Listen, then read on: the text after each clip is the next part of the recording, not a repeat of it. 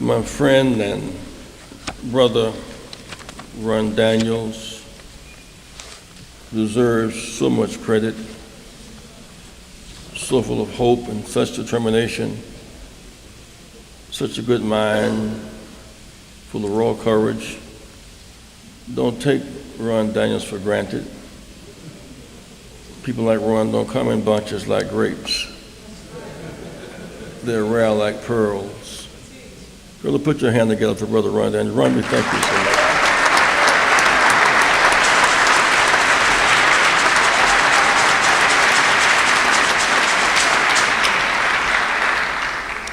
The distinguished pastor of this church who keeps us going on holy ground. Thank you, Pastor. Yes. To all the pulpit guests tonight, we give a special shout out to Reverend Jeremiah Wright because he is so talented and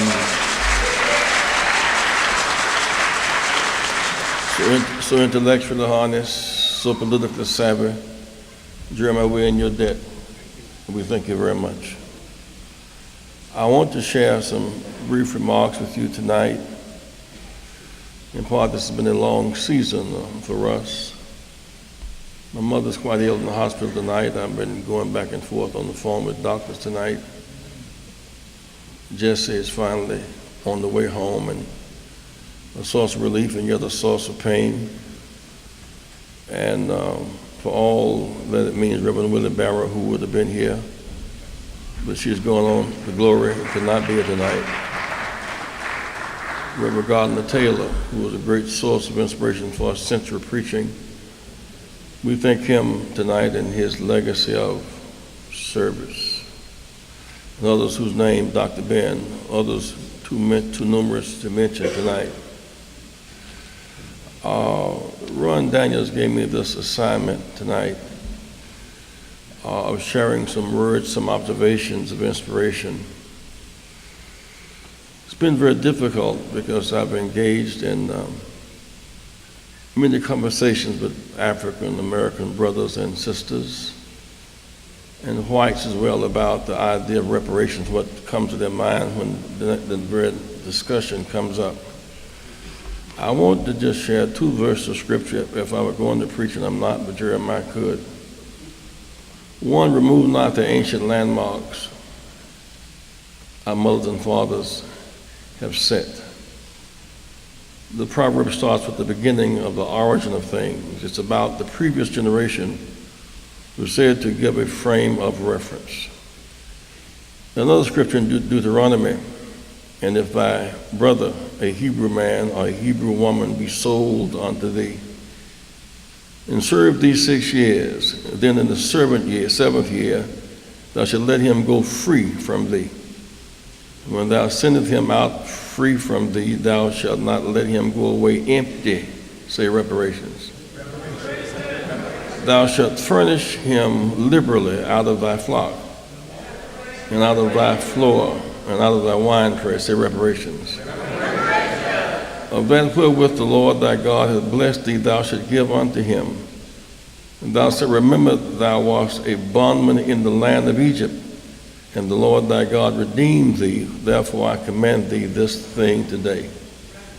I want to talk a minute about America in denial.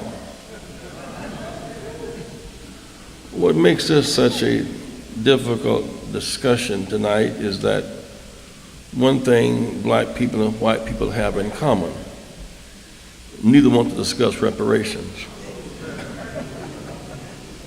for different reasons. White people want to deny it, and black people don't think it's possible. That's right. So neither want to discuss it. There is a fear of discussing reparations. Even discussing it. I talked with some people today at the conference I was at here in New York. I understand you're going up there with Ron Daniels the night that reparations come. Man, what's that all about? I know you're going to wear your dashiki tonight. I said, I don't know what I'm going to wear. It was a way of, in the name of civil rights, putting down the idea of the undiscussable, repair for damage done. a fear of research about reparations.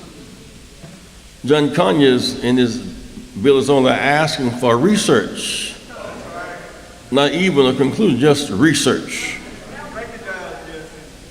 Fear of discussion and deny the status. Ain't no such thing as a pain so great that should be repaired for.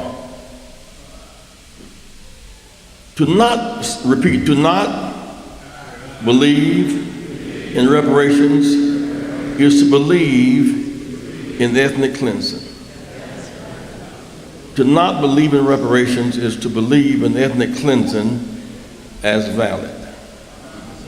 We must see the measure set for others in various reparation movements around the world that we have respected and that we have related to. There will be no TV covering this conference tonight or tomorrow, because this is off the list of discussable issues, the issue of reparations. Even as a listening brother Jeffrey talked about the $1 trillion, and I know that's a low figure, Jeff. I'm owed that much for waiting tables and couldn't eat while I was waiting tables, and for catting and couldn't take off. They owe me $1 trillion. But if you get no money, to shift our psychology from creditor to debtor, there's a sense in which we feel we're lucky to be here. That somebody civilized and liberated us. Fact of the matter is, we are the creditors, not the debtors. But since we are brain dead on the subject, it's hard to break through. And the more educated we are, the more ignorant we are of it.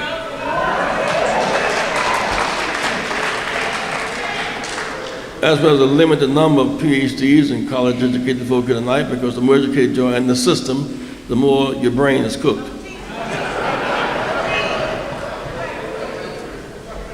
Someone asked Duke Ellington one time, you know, if you hear Jane Brown, you say, oh, you know that's Jane coming. You hear certain artists, you pick up their beat early on, Jeremiah. But Duke Ellington may be A-Train, it may be Silk Doll, whatever it may be. Say, Ellington, how can you play so many different compositions? He said, I never went to college and learned I couldn't. So I never went to college and learned I couldn't. So one has to be free of the system's capacity to snatch away your mind. Even deny to think about the whole idea of freedom. When I was a little boy growing up in South Carolina in the old country, our family became middle class around 1956. We moved up to the projects. Had an indoor toilet, hot and cold running water, a refrigerator, bathtub, and had a color television. Put that piece of color across it. Some of y'all remember the color television. And then we got us a 1949 Hudson in 1957. We was flying at our own selves car and then had a brick project. And so on a Sunday afternoon, we couldn't go to the city park and swim or ride the horses or even sit in the park to eat. We couldn't go to the skating rink. We couldn't go to any downtown restaurants or movies on Sunday. That was for Saturday afternoon and upstairs. So we would, on Sunday, we would go out and ride in our new car. We'd go and buy us 5 gallons of spur gas for $1 and get some coupons, some S&H green stamps. I know y'all don't know nothing about it. And so while we were going out, Ron, we would go to different places where Dad grew up or where Mom grew up. Grandma said, this weekend I want you to go out to my old home ground. I want you to follow me. It's over near Easley. We knew where that was, so we got there and we turned left. And we're going down this long road. So Dad finally said, Grandma, where are we going? She said, just follow what I say. And we kept going up and down these hills. And then she said, I think we're getting close to it. We saw nothing but fields and corn. And we got to a corner. She said, right here, this is the store where we used to come and do our sharecropping. This is where we always would pay and never pay enough. But this was it, where we was coming and got our grub.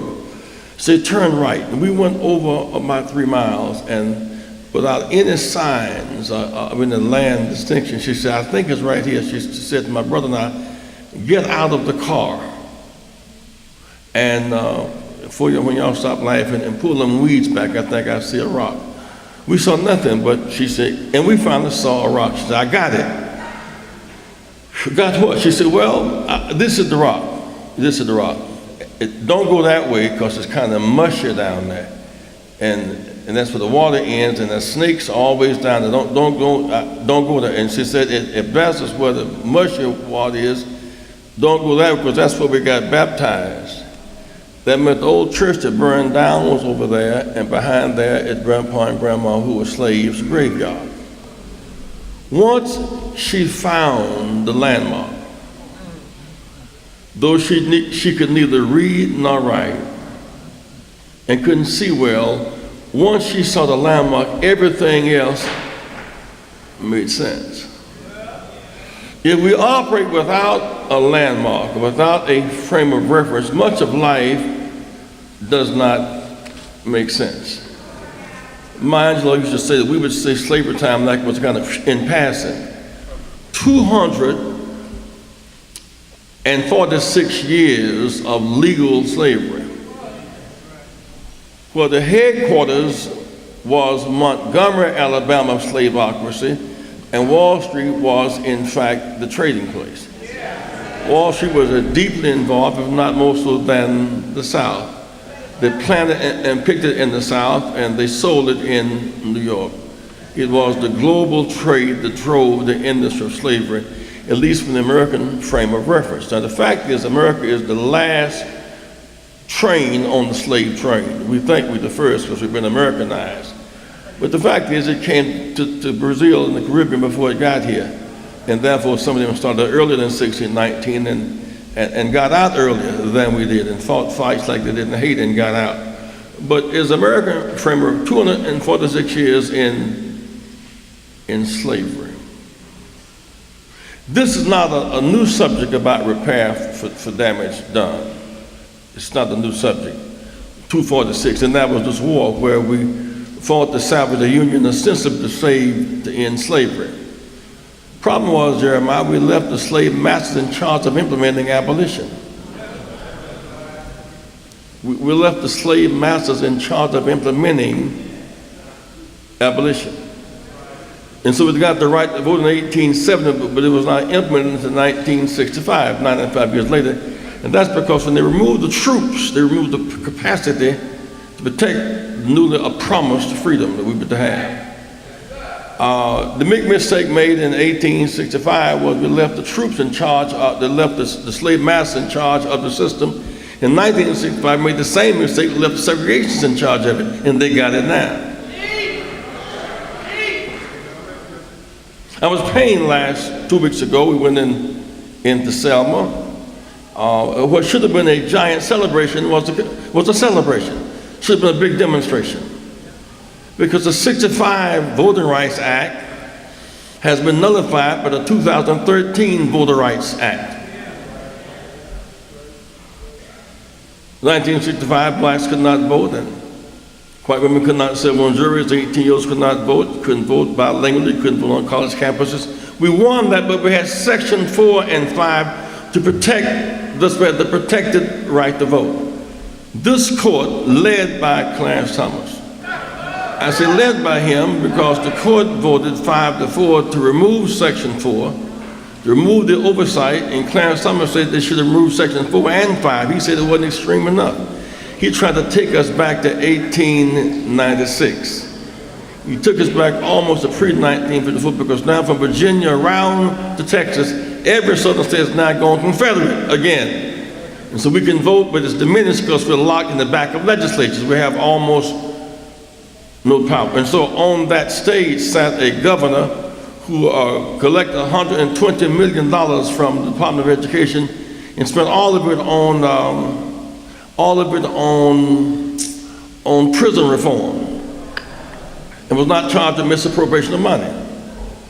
On that stage, the governor who turned down $10 billion in Medicaid was a governor who resides in a state where 240,000 folks have lost the right to vote because they've been in prison. 180,000 of them are African American.